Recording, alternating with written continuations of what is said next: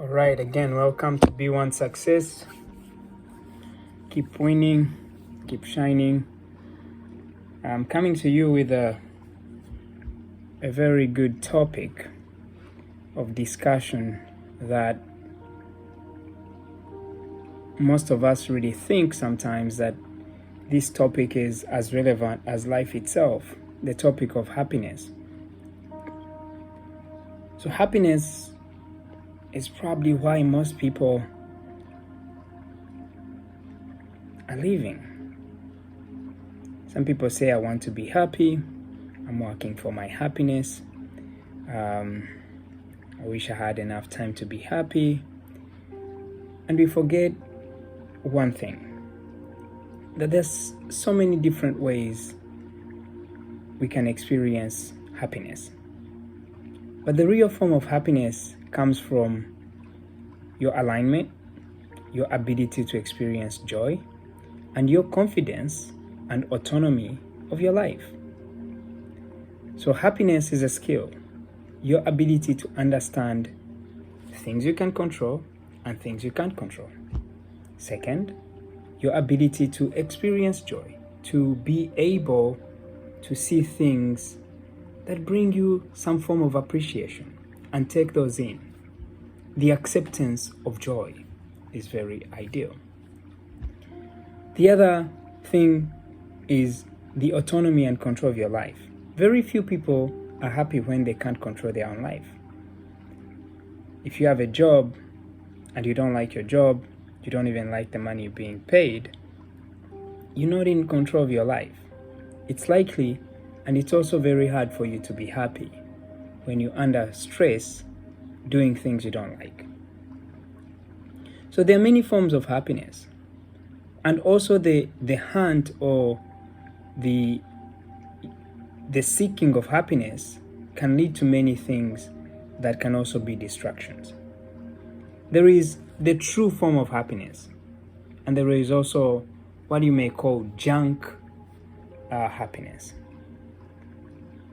So true form of happiness is the happiness that is internal. And this happiness really comes from the integrity of your heart and whatever you express yourself as. So most of us think that if my friends don't know what I do, I can tell them what I do, and if they believe me, then that's okay. You may lie to your friends, but you can't lie to yourself. So the true form of happiness is your ability to synchronize your inner world and your outer world. What do you show other people, and what are you exactly? But again, it's also very hard not to be bored by how many things around you and how many people around you are telling you to behave different ways. And that is very true. Someone wants you to behave this way, the other person wants you to behave that way. So you find out that you're living a fake life because you're trying to fake to fit in at all time. And when you can't fit in, then you look for the pieces that don't fit in, and you start to focus on the pieces that are not fitting in so you can hide them. And the more you hide your pieces of life that you think that don't fit in, it degrades you as a person. So the integrity of life, of the inner and outer life, is very key. What do you bring to the table? Who are you as a person? What is your hill, or where are you going? Where are you from? Why are you here? When you know all that and the kind of person you want to become, life becomes a little bit easier, because as you struggle, you also struggle with an understanding that life is okay, things are going to be okay, and struggle is part of life. So number one, the integrity of life is really the number one key to the truest form of happiness.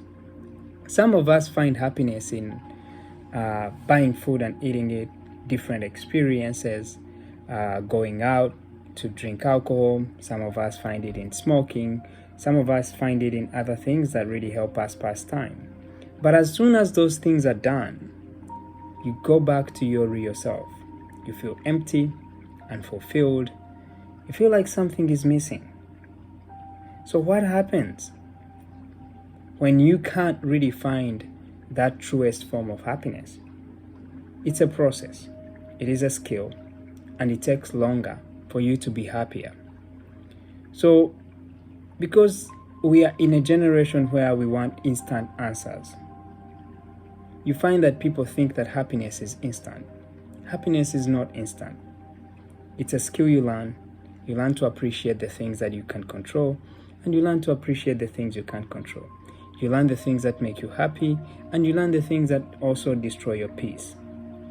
So as you learn those things, you start to become more attuned to your life. But it's a process. It takes long. And it also starts with you knowing yourself. And second, the ability to accept yourself. Number 3, the ability to show up and fully express yourself. That will really be the key to your happiness. In my next short video, I'll discuss how do you really discover yourself? What kind of questions can you ask to know whether you're living a life that is truly your life? Because some of us live lives that are not truly our lives. Some of us live dreams that are not truly our dreams. So I want you to ask yourself, are my dreams my dreams? Is the life I'm living truly my life? Are the things that I'm worried about truly my worries? Are the battles I'm fighting truly my battles? And are the struggles that are in front of me truly my struggles?